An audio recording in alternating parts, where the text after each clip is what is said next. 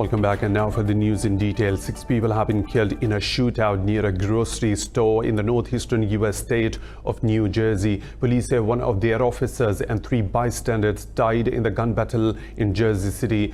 They said the 2 men armed with high-powered rifles were also killed in the hours-long emergency. The standoff prompted a massive law enforcement presence as local SWAT teams and federal agents rushed to the scene. Police Chief Michael Kelly said there was no immediate evidence the bloodshed was either a hate crime or an act of terrorism. We're not going to get into the details of 4 hours of police work, but I can tell you their movement was rapid and continuous for 4 hours within that area. Kelly said the vehicle used by the shooters contained an explosive device which was later removed. Now moving on, a suicide bomber has attacked a US military convoy near Bagram Air Base in Afghanistan's Parwan province. The governor said the suicide bomber was accompanied by attackers who fired on the troops. The NATO-led mission in Afghanistan said the attack was quickly contained and repelled by security forces. The provincial governor said a medical facility being built for the locals was badly damaged in the blast. Hospital officials say all the 5 people wounded in the assault are Afghan nationals. No group has claimed the responsibility yet for the attack.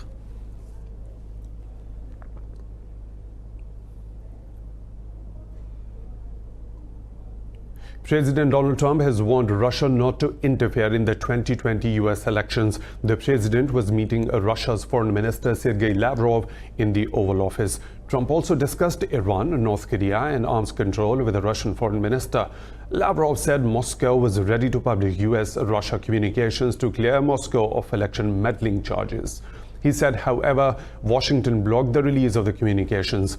Earlier, at a joint news conference with Lavrov, US Secretary of State Mike Pompeo also warned Moscow against its interference in next elections. Pompeo said the US will respond if Russia undermines Washington's interests. Inviting Pompeo to Russia, Lavrov said the Washington sanctions on Moscow do not benefit anyone. The US House Judiciary Committee will meet today to consider articles of impeachment against President Donald Trump. Yesterday, the committee unveiled formal charges against the president. The charges accuse Trump of abuse of power and obstructing Congress. More on this report. The impeachment process was launched in September after an anonymous whistleblower complained to Congress about a phone call between President Donald Trump and Ukraine's President Volodymyr Zelensky. The president is said to have pressurized Ukraine into investigating his political rival Joe Biden in exchange for aid. Trump insists he's done nothing wrong and calls the accusations ridiculous. Today, the head of the US House Judiciary Committee, Jerry Nadler, unveiled 2 impeachment articles. Nadler says Trump considers himself above the law. Today, in service to our duty to the Constitution and to our country, the House Committee on the Judiciary is introducing 2 articles of impeachment charging the President of the United States, Donald J. Trump, with committing high crimes and misdemeanors. The committee is expected to vote this week on whether to send the charges to the House. If the charges are approved by the Democrats-controlled House, an impeachment trial in the Republican-held Senate will take place possibly in January. Only 2 US presidents, Bill Clinton and Andrew Johnson, have been impeached, but neither was convicted. The Pentagon has announced it will stop the operational training of all the Saudi Arabian military personnel until further notice. Pentagon officials said over 300 Saudi Arabian military aviation students are being grounded over safety concerns. They said all types of flying will be paused. The announcement comes after a Saudi Air Force lieutenant shot at 3 people last week at a naval base in Florida. US federal judge has blocked President Donald Trump's attempt to transfer $3.6 billion to build a wall on the Mexican border. Trump declared a national emergency last February in order to transfer funds from the Pentagon to build the wall. A district court in Texas issued a permanent injunction on the transfer of the funds. In the lawsuit, the plaintiffs argued Trump exceeded his authority when he declared the emergency and sought to redirect the funds. A Justice Department spokesman said the administration would appeal the ruling. In July, U.S. Supreme Court ruled Trump administration could access $2.5 billion from Pentagon counter-narcotics fund. The United States has imposed sanctions on Myanmar's army chief for his role in a deadly crackdown on Rohingya Muslims in 2017. Under the sanctions, commanders' assets in their foreign bank accounts have been frozen from transfer within the international banking system. Those sanctioned include military chief Min Aung Hlaing and several commanders deployed in Rakhine. The U.S. Treasury Department says Myanmar's army is responsible for killing thousands of people and forcing over 700,000 to flee to Bangladesh.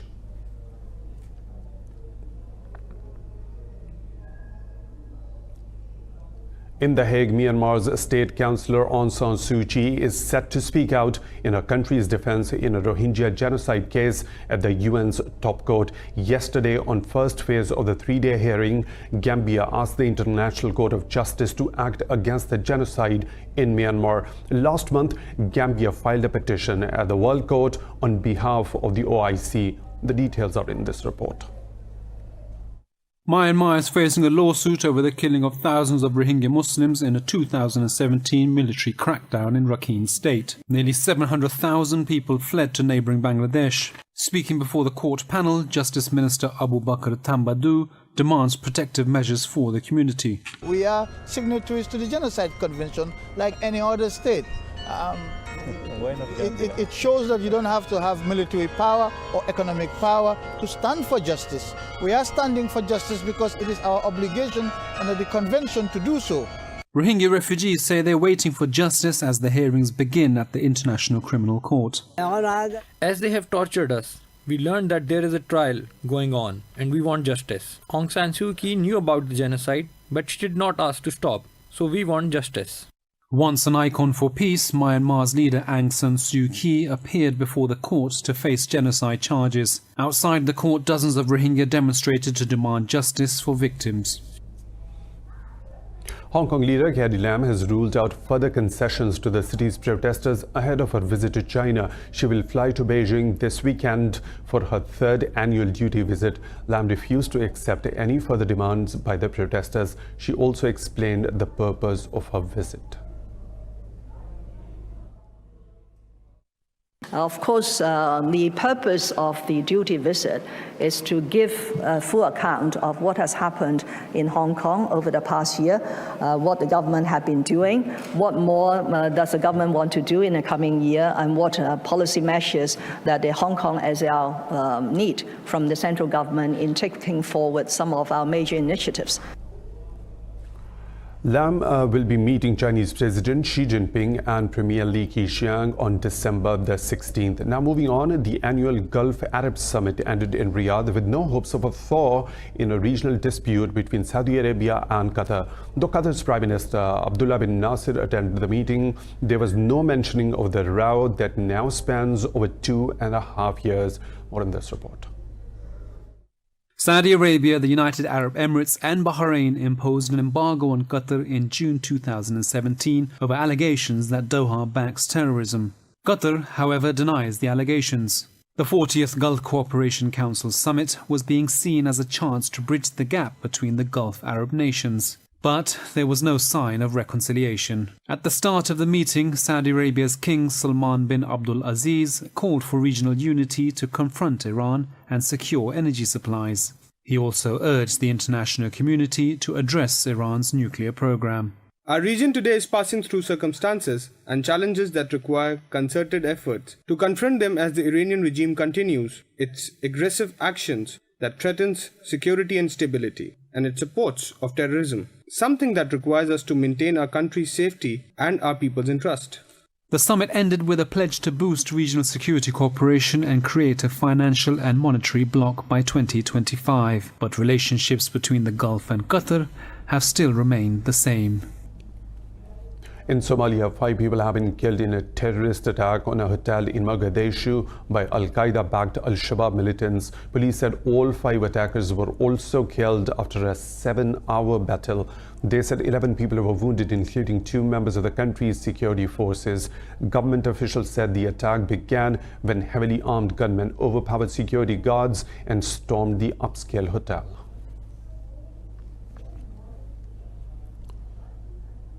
In Algeria, court jails 2 former prime ministers for corruption 2 days before a presidential election in the country.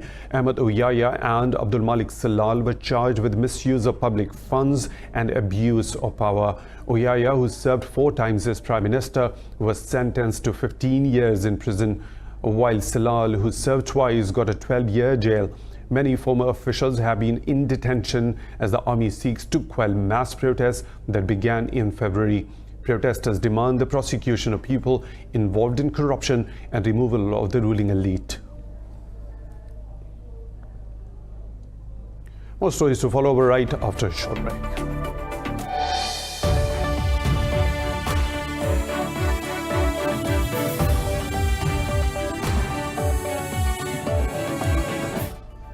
Welcome back. 8 migrants have died from the cold on the Greek-Turkish border in the last 3 days. A local coroner, Pavlos Pavlidis, says the victims were of African origin and were found dead in the Evros region in Greece. Police said no ID was found on the victims, which has made identification difficult. The Evros region is a major crossing point for refugees and migrants trying to get into the EU from Turkey. A deal struck between the EU and Ankara in 2016 helps stem the flow of Syrian refugees into Greece. But traffickers have also found entry points along a 12-kilometer-long barbed wire fence that runs along the border with Turkey. In November, the Greek government said it will deploy 400 border guards to increase surveillance in the area with infrared cameras. Iraq has been rocked by months of deadly protests against corruption and unemployment, and Baghdad's Tahrir Square has turned into an icon of anti-government demonstrations. Details in this report. Protesters in Iraq are demanding an overhaul of the country's ruling elite over corruption. More than 450 people have died during clashes with security forces since October, but protesters say their determination is unshakable. I am not supposed to be here, but we have to be on the front line to help them. We cannot abandon them. We cannot leave them if something happens to them. But we are also targeted. Many doctors have been arrested by the riot police, and we have had no news about many of them. People from all walks of life continue to demonstrate at Tahrir Square, which has become a symbol of defiance against the rulers. But what's something new is that the protesters are feeling like home here. We have become one big family, and everyone has their role, like at home. There are those who cook, those who clean, those in charge of putting out tear gas smoke. Everybody is part of this big family, and everyone pulls their weight. From tuk-tuk drivers and medics to cooks and citizen journalists, each volunteer has their role to play. Iraqis can't take it anymore. Our graduates are unemployed. After graduating, they come home, and after that, what can they do with their diplomas? They find themselves selling bottles of water or tissues. They become laborers or they transport goods to the markets. Is this Iraq? We are a country of culture, a conscientious country. We should have everything we need. We have oil and we are Iraqis, no? We have the right to our share. Last month, Prime Minister Adel Abdul Mahdi resigned, but his move failed to pacify the protesters, making their movement the largest unrest in the country since Saddam Hussein's government collapsed in 2003. EU envoy Ugo Astuto says the European Union remains concerned about the situation in Jammu and Kashmir. He added that the bloc's position has not changed in the months since the Indian government's decision on Article 370. Addressing a news conference, Ugo Astuto also said the EU was following current debate in the Indian Parliament over Citizenship Amendment Bill. He said European Union hopes that India's constitutional traditions would be upheld. The EU envoy added it is crucial that freedom of movement and means of communication are restored along with all essential services. Mr. Astutu's call for the restoration of normalcy came on a day Home Minister Ahmed told Parliament that the situation in Jammu and Kashmir is completely normal. The 6th meeting of Pakistan of Russia Intergovernmental Commission has started in Islamabad. The Minister for Economic Affairs, Hamad Azhar, is leading the Pakistani delegation, while the Russian side is led by its Trade Minister, Denis Viltanovich. The two sides are discussing ways and means to bolster cooperation in the areas of energy, railways and communication. In New Zealand, the authorities say there could be more volcanic eruptions following the blowout on White Island 2 days ago. Geological agency GeoNet says tremor activity on the island has increased, making it more likely to erupt in the next 24 hours. The tremors are delaying police attempts to retrieve bodies from the island. On Monday, a volcanic eruption on White Island killed 6 people and critically injured 30 others. Another 8 victims are missing on the island, presumed dead. Authorities say formal identification and victim postmortems are underway. In Norway, Ethiopia's Prime Minister Abiy Ahmed has been presented with a Nobel Peace Prize for ending conflict in the Horn of Africa. The Prime Minister stopped a decades-long hostility with Ethiopia's arch-enemy, Eritrea. In a speech at Oslo City Hall, Prime Minister Ahmed said militant groups and global military powers pose a threat to peace in the Horn of Africa. He said this after receiving the Nobel Prize for his peace efforts. The Horn of Africa today is a region of strategic significance. The global military superpowers are expanding their military presences in the area. Terrorist and extremist groups also seek to establish a foothold. The Prime Minister said his administration released all political prisoners, shut detention facilities and stopped jailing journalists. We have released all political prisoners. We have shut down detention facilities where torture and vile human rights abuses took place. Today, Ethiopia is highly regarded for press freedom. Ethnic violence forced over 2 million people from their homes and killed hundreds last year. Since assuming power, Ahmed has implemented sweeping political reforms that won him praise. Thank you.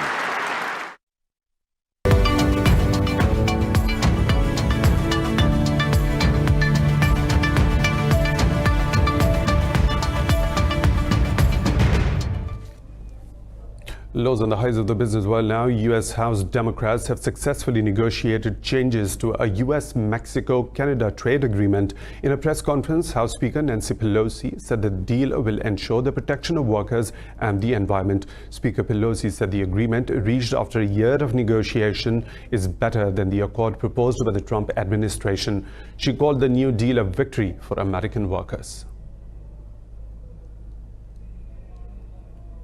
Came a long way from what he originally proposed.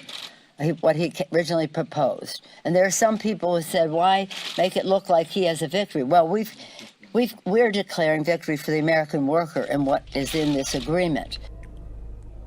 Earlier, Mexico's President López Obrador said the U.S., Mexico and Canada have reached a North American free trade deal. Now moving on, in France, the financial markets regulator has fined US Bank Morgan Stanley $22 million for market manipulation at the height of the Greek debt crisis.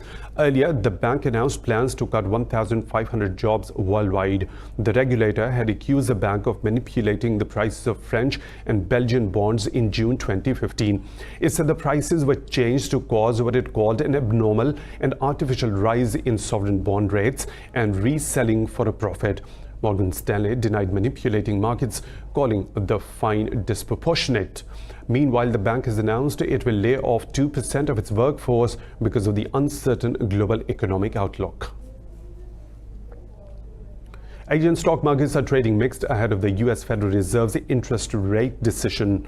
Investors are trading cautiously as tariffs on Chinese exports to the U.S. are set to kick in after the December 15th deadline. Hong Kong's Hang Seng and Seoul's Kospi are trading fractionally higher. Tokyo's Nikkei 225 is trading fractionally lower as economists feared economic slowdown in the fourth quarter amid rise in consumption tax. The Shanghai Composite has gained a fraction. Meanwhile, international oil prices lost 0.75% after data showed an unexpected rise in the US crude inventory.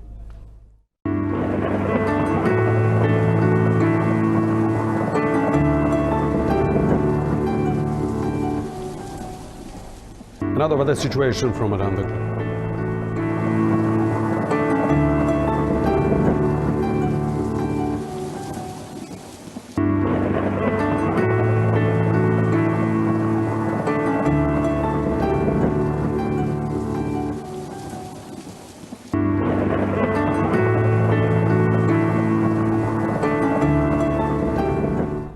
And that's all for now. For the latest updates, you can follow us on social media at Indus.News.